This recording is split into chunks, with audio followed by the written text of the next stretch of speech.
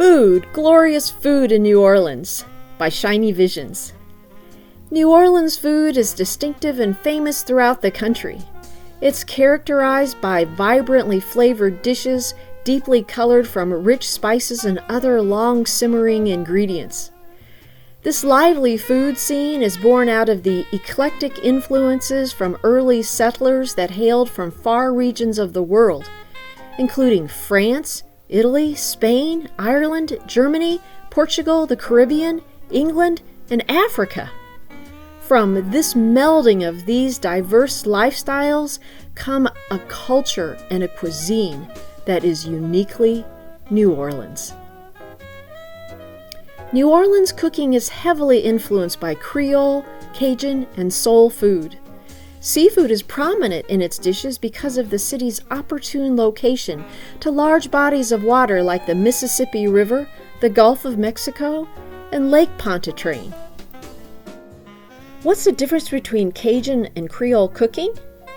Cajun people originated from French colonists called Acadians that settled in present-day Canadian territories of New Brunswick, Prince Edward Island, and Nova Scotia. During the British conquest of Acadia in the 1700s, the residents were removed from their homes. Many Acadians traveled far south and resettled in the swampy region of Louisiana that is known today as Acadiana. These resourceful people harvested food from the flatlands and bayous, the wild game of South Louisiana, as well as abundant seafood from the nearby Gulf of Mexico to create a truly unique cuisine. They used every part of the animal they slaughtered.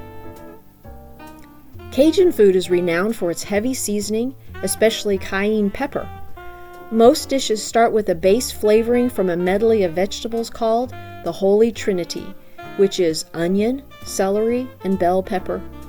Garlic, paprika, thyme, filet, which is ground sassafras leaves, parsley, and green onions are also common elements in Cajun cooking. Creoles in 18th century New Orleans consisted of descendants of the French and Spanish upper-class colonists that ruled the city. The term Creole grew to include native-born slaves of African descendants as well as free people of color and Italian, Spanish, German, Caribbean, Native American, and Portuguese people. Many consider Creole cuisine more complex than Cajun food because of their greater access to preparation time and resources. The more varied ingredients also results from their wider span of cultural roots. I have to admit that celebrity chefs Anthony Bourdain and Gordon Ramsay did influence a couple of our restaurant choices in New Orleans. The sun was setting the day we drove towards Lake Pontchartrain in search of the Crab Trap restaurant. Food writer and Travel Channel star Anthony Bourdain filmed an episode here, where there were ample close-ups showing Bourdain peeling the large, meaty barbecue shrimp and savoring each and every scrumptious bite.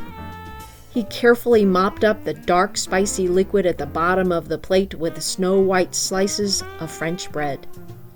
I was determined to taste those same foods. But first, we needed to find the crab trap before it closed. As the shadow of the dense swampland grew tall around us that day, we encountered flooded-out roads and no cell phone signal to help redirect us. But we persevered and finally found it. At this basic, no-frills eatery, we ordered some of their most popular dishes. The barbecue shrimp, of course, the gumbo, creamed crab soup, and boiled crab and shrimp seemed like sufficient choices to experience the Crab Trap restaurant. The meats were tender, juicy, and succulent. Everything was richly seasoned with lots of peppery, piquant, smoky, and earthy flavors. It was an experience well worth the long trip out to Lake Pontchartrain. In May of 2011, famed chef and restaurateur Gordon Ramsay's reality show Kitchen Nightmares aired an episode about Oceana Grill, located on Bourbon Street in the French Quarter.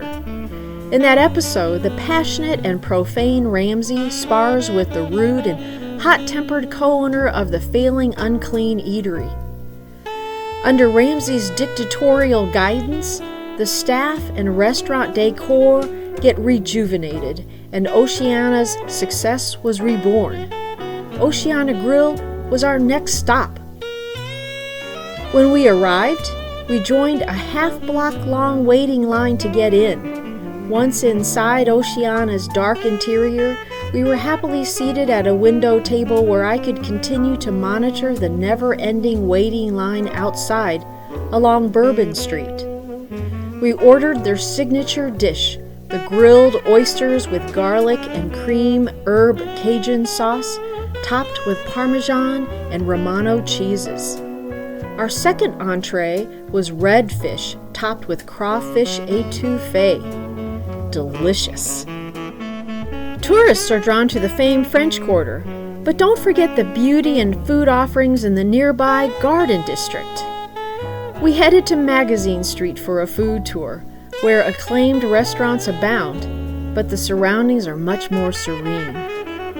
We walked through the charming historic neighborhoods in the lovely Garden District.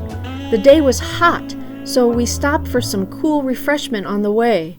Shaved ice topped with fruit and sweetened condensed milk. It hit the spot. Revived, we continued our walk to Magazine Street. On the way, we saw this man in front of a restaurant, standing behind a table of raw oysters on ice. We had never tasted one before, so he showed us, with great flair, how to properly prepare one, with a squeeze of lemon and a dash of hot sauce. They tasted fresh, briny like the ocean, yet with a hint of sweetness. Finally, we arrived at our first restaurant of the food tour, Mahoney's. I got one of their signature drinks, which was sweet, fruity, and strong. Then came their award-winning po' boy sandwiches on a bed of their renowned onion rings, which are rated top 10 in the country. Po' boys originated in New Orleans and are usually made of roast beef or fried seafood like shrimp, crawfish, oysters, crab, or fish. Our fried shrimp po' boy was served on New Orleans Leidenheimer French bread, crispy on the outside, white and fluffy on the inside. We got ours dressed, which meant topped with lettuce, tomato, pickles, and mayo. Many believe that the term po' boy was coined by the owner of a New Orleans restaurant, who was a former streetcar conductor. During the time the streetcar company workers went on strike for 4 months, whenever a striker entered their restaurant, the owner said, "Get that po' boy a free sandwich." Thus, the name. Next stop was the colorful Dat Dog restaurant, where you can get just about any type of hot dog imaginable. We enjoyed an alligator hot dog topped with gumbo. It was vibrantly spiced and delicious.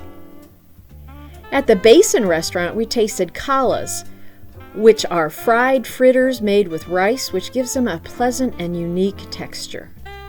Then, still sizzling from the fire, came the charbroiled oysters, topped with butter, garlic, herbs, Parmesan, and Romano cheeses, served with hot French bread. What a treat! At Joey K's, just down the street, we had a cup of red beans and rice, a traditional New Orleans dish. An eggplant Napoleon. It was a breaded and fried tower of eggplant medallions cooked to perfect tenderness. Making the stack even larger were fried shrimp tucked between the layers, and it was all drizzled with crawfish cream sauce. Amazing. At the dessert restaurant, we had a choice of beignets, another New Orleans signature dish. However, these sweet deep-fried dough squares were fancier here. There were Mardi Gras colored king cake beignets filled with praline cream, traditional beignets buried with powdered sugar, and even matcha-flavored ones. Dessert was served with some of the best-tasting coffee, too. At breakfast at our hotel, the Queen and Crescent, we enjoyed one of Acadiana's most famous dishes, cochon de lait, that melt in your mouth tender, marinated, pit-roasted, suckling pig. Along with that, we had spicy andouille sausage. What a way to start your day's adventure in New Orleans. And finally, a short walk from the World War II Museum is this barbecue gem, the Dirty Dog Saloon. Try their ugly tacos, 2 soft flour tortillas with pulled pork, topped with Asian coleslaw and chipotle mayo. The barbecue wraps are also delicious. We hope you enjoyed the sampling of New Orleans cuisine.